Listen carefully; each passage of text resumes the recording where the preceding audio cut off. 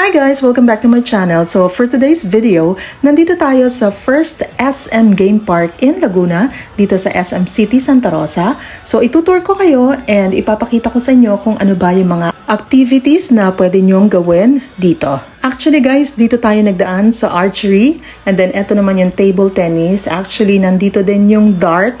Sa harap pa kasi yung entrance, Sunday ngayon, sobrang daming tao. So we decided na dito na lang dumaan.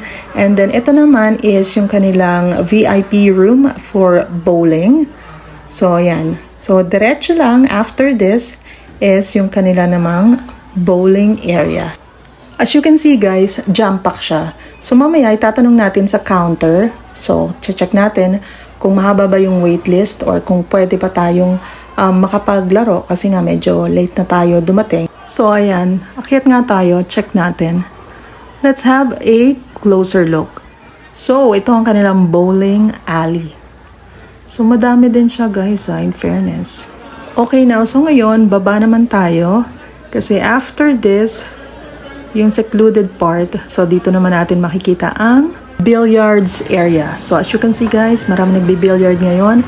And actually guys, so nandito din yung kanilang video game, may hockey, meron ding basketball. So bibili lang kayo ng token for 20 pesos.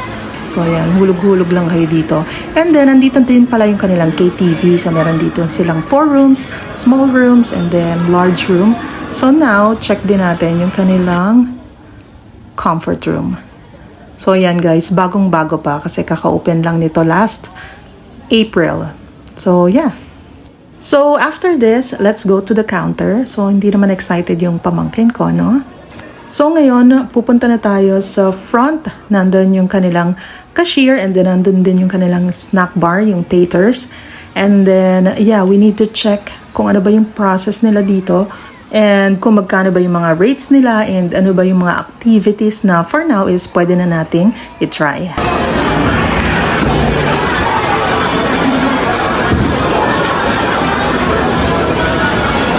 And before you avail yung mga activities nila, so you have 3 steps to follow. And ito nga pala yung mga available na activities that they have here and also yung mga rates nila. Hi guys! Welcome to SM Game Park. So now, try tayo mag-KTV and nandito na tayo ngayon sa pila. It's a Sunday today, so sobrang daming tao. So yeah. So we decide na mag-archery, gel blaster, and a KTV. By the way guys, yung rate pala nila is per head, except kung nakita nyo doon na it is for 4 to 7 people just like pag KTV. So ito yung step 1, so mag-i-inquire ka sa kanila. So sabi ko mag-KTV kami and then waitlist daw and then we have to wait like 46 minutes and then when I said na gusto rin namin mag-archery, so pinapunta muna kami doon sa archery area and kumuha muna kami ng time slot and then tsaka kami bumalik at nagbayad. Okay, so ito for archery 30 minutes, 325 and then gel blaster is 185. So waiting pa tayo sa KTV ng mga 46 minutes and then hindi na tayo makakapag-bowling kasi pang 62 daw. So hindi na tayo aabot. So again, yung kinuha ko is archery for 30 minutes, so 325 pesos. So unlimited na siya. And then yung gel blaster is katabi lang niya. So yon, wala namang waitlist doon. So automatic sa counter, pwede mo na lang siyang bayaran. And then present mo lang yung receipt kapag mag-gel blaster ka na. So dito naman sa archery, pwede ka munang maupo habang hinihintay mo yung time slot mo.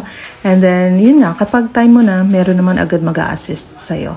And then meron ding short instruction on how to play it properly. And then after that, so yan, hahayaan ka na nilang mag-play. So sabi ni Kuya yung instructor, dapat daw yung braso ko is aabot sa baba. So naka-extend din sa yung malayo yung braso ko. And at the same time, dapat nakapikit yung left na eye ko para yung right na eye is naka-focus lang siya at maka-bullseye. Actually guys, ang bigat pala ng bow and then per game is 10 arrows. First timer tayo. Mahirap guys kung wala akong mata.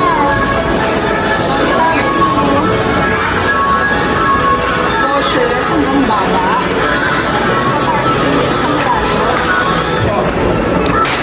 Layo.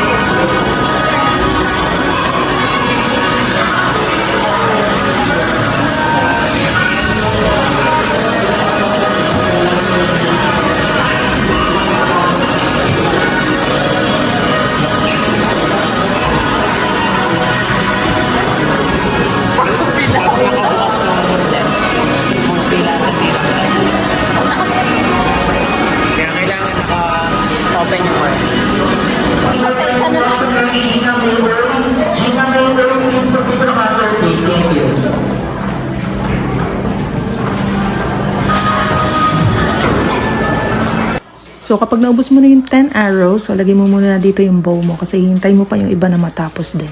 So once everyone is done, so tsaka nyo lang pwedeng kunin yung mga pana nyo. And they even teach us kung paano ba yung tamang pagkuha ng mga arrow.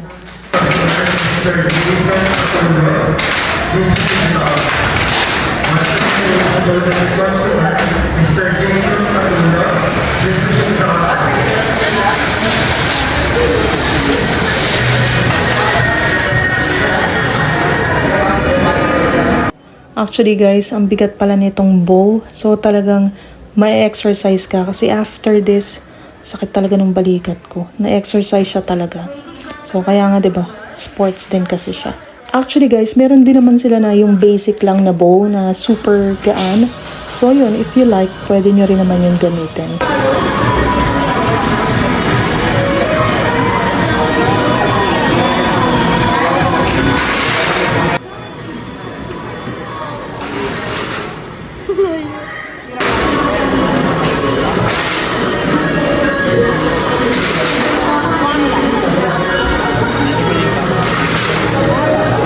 Nakakatawa si kuya, hanggang last minute, ini-instruct pa rin ako. Kasi dapat steady lang yung braso mo pag nire-release mo yung arrow. Eh ako parang naisasama ko yung braso ko. Kasi nga syempre, di ba, first timer. And at the same time, talagang kailangan yung energy mo is buhos na buhos talaga kasi ang bigat niya. Actually guys, I still have 5 minutes left pero hindi ko na siya nagamit kasi pinipage na kami sa KTV. So syempre, 'di ba, mas excited ako doon. Pero super happy din ako kasi matagal ko nang gustong i-try tong archery and na-try ko siya of course dito lang sa SM City Santa Rosa. So yeah, I'm happy. Etong gel blaster hindi ko na masyadong na video kasi na memory full na yung phone ko so nag-delete pa ako. So, ito naman yung kanilang KTV room. So, room 2 tayo. So, it can accommodate 4 to 7 people for 400 per hour. I recall when you said that you would never leave me. You told me more, so much more like when the time you whispered in my ear. There was heaven in my heart. I remember when you said that you'd be here forever.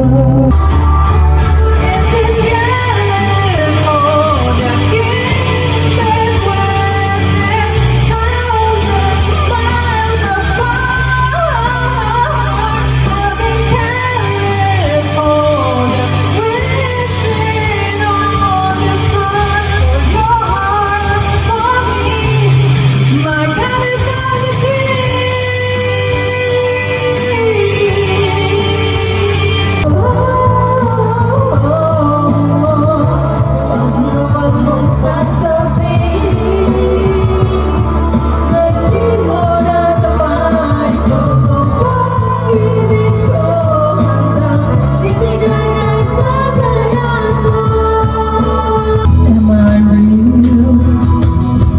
Do the words I speak before you make me feel that the love I left for you will see no ending? But if you look into my eyes, then you should. It's been a while guys, so ngayon na lang ulit tayo nakapag KTV. So alam mo yun, naghahabol ako ng hininga. It feels like I'm losing my breath. Pero okay lang, kami lang naman dito ng pamangkin ko. And we're just, enjoying the place. By the way guys, so kung waitlist kayo, intayin nyo na i-page kayo. And then that's the only time na pupunta kayo sa counter para i-verify yung name nyo. And then that's the only time na magbabayad kayo. And then yung step 3 is may mag-a-assist sa inyo.